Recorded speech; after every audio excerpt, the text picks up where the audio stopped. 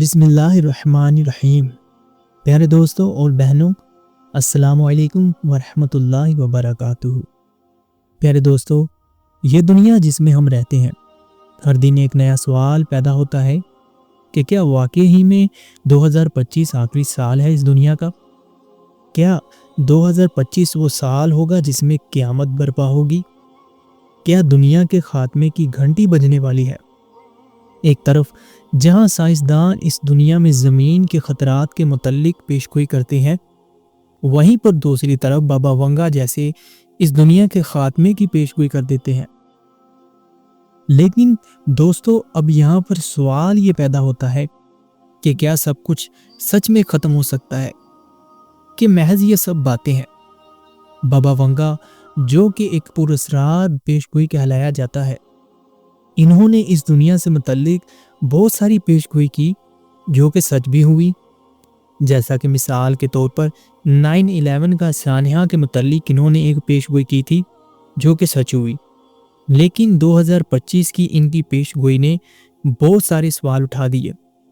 دنیا کے اندر ایک ڈر کی لہر دوڑ اٹھی کیونکہ دنیا ان کی پیشگوئی کو سچ ماننے لگی ہے۔ جب سے 9/11 کے متعلق ان کی پیشگوئی سچ ہوئی، اب انہوں نے جو دوسری سب سے بڑی پیشگوئی کی وہ 2025 کو اس دنیا کے خاتمے کا سال قرار دے دیا۔ اب اس وجہ سے لوگ ڈر رہے ہیں کیا واقعی ہی میں 2025 میں یہ دنیا ختم ہو جائے گی؟ اب سوال یہ پیدا ہوتا ہے کہ ایک انسان جو اس دنیا کے بارے میں کچھ جانتا نہ ہو، وہ اتنی بڑی پیشگوئی کیسے کر سکتا ہے؟ اس کے پیچھے آخر راز کیا ہے؟ اسلام ہمیں سکھاتا ہے کہ غیب کا علم صرف اللہ ہی کی ذات کو ہے، اور بے شک اللہ کے علاوہ کوئی بھی غیب کا علم نہیں رکھ سکتا۔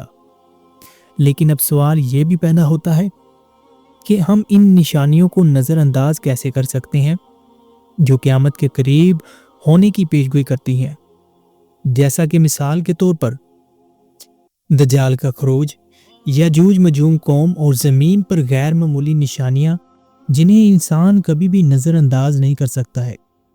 یہ سب نشانیاں ایک الگ ہی تصویر پیدا کر دیتی ہیں۔ اس ویڈیو کو پیارے دوستوں اور بہنوں آج پورا دیکھ لیجئے گا۔ ویڈیو میں آگے بڑھنے سے پہلے آپ سب بہن بھائیوں سے گزارش ہے کہ ابھی تک اگر آپ نے ہمارے اس channel Islam and Deen light کو سبسکرائب نہیں کیا تو ابھی اس چینل کو سبسکرائب کر دیں تاکہ مزید نئی آنے والی ویڈیو آپ کو ملتی رہے۔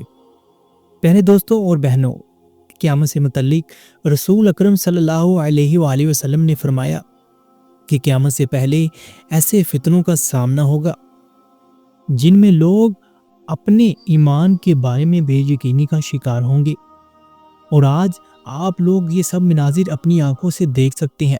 ان سب مناظر کی تصویر آج آپ کی آنکھوں کے سامنے ہے، جن میں لوگ سچ میں آج اپنے ایمان کے بارے میں بے یقینی کا شکار ہو چکے ہیں۔ آج آپ لوگ اپنی آنکھوں سے دیکھ چکے ہیں کہ کس طرح لوگ اپنے ایمان کے بارے میں بے یقینی کا شکار ہیں۔ لوگوں نے زندگی کا معیار پیسوں کو بنا رکھا ہے، ایمان کی کوئی قدر و قیمت ہی نہیں رہی۔ جس کو دیکھو گے وہ بندہ ہی بے ایمان ہے۔ اس سے مراد کیا ہے؟ رشوت سب سے بڑی مثال آپ کے سامنے ہے۔ کوئی بندہ رشوت کو لینا اور دینا گناہ نہیں سمجھ رہا، کوئی بندہ غریب کا حق مارنے کو بھی گناہ نہیں سمجھ رہا، امیر لوگ غریب لوگوں کا حق مارنے کو گناہ نہیں تصور کرتے۔ یہ ساری چیزیں ہمارے سامنے ہیں کہ کس طرح ایک امیر گناہ کر کے بھی پیسے کے بلبوتے پر بچ کر نکل جاتا ہے۔ یہ جو میں باتیں کر رہا ہوں، یہ باتیں ابھی اس 2024 کے سال میں ہو چکی ہیں، اور پچھلے کچھ سالوں سے یہ سب باتیں، یہ سب نشانیاں ہمارے سامنے ظاہر ہو رہی ہیں۔ پیارے دوستوں اور بہنوں، رسول اللہ صلی اللہ علیہ وآلہ وسلم نے فرمایا کہ قیامت سے پہلے کچھ بڑی نشانیاں ظاہر ہوں گی، جیسے کہ دجال کا خروج، یاجوج ماجوج کا ظہور اور سورج کا مغرب سے نکلنا۔ دجال لوگوں کو اپنی باتوں میں الجھائے گا، یاجوج ماجوج قوم ایسا فساد برپا کر دے گی جس کی مثال بھی نہیں مل سکتی۔ لیکن پیارے دوستوں اور بہنوں، قیامت کا حقیقی علم صرف اللہ ہی کی ذات کو ہے۔ ہمیں صرف اللہ کی ذات سے ڈرنا چاہیے آخرت کی تیاری کرنی چاہیے، نماز کی پابندی کرنا چاہیے، کیونکہ قیامت کا حقیقی علم اللہ ہی کی ذات کو ہے۔ بابا ونگا یا اس جیسے دنیا میں جتنے بھی انسان جو بھی پیش گوئی کرتے ہیں، وہ پیش گوئی سچ نہیں ہو سکتی، کیونکہ یہ ایک بہت بڑی پیش گوئی ہے کہ 2025 کا سال اس دنیا کا آخری سال ہوگا، کیونکہ قیامت کی پیش گوئی صرف اللہ ہی کی ذات کو ہے۔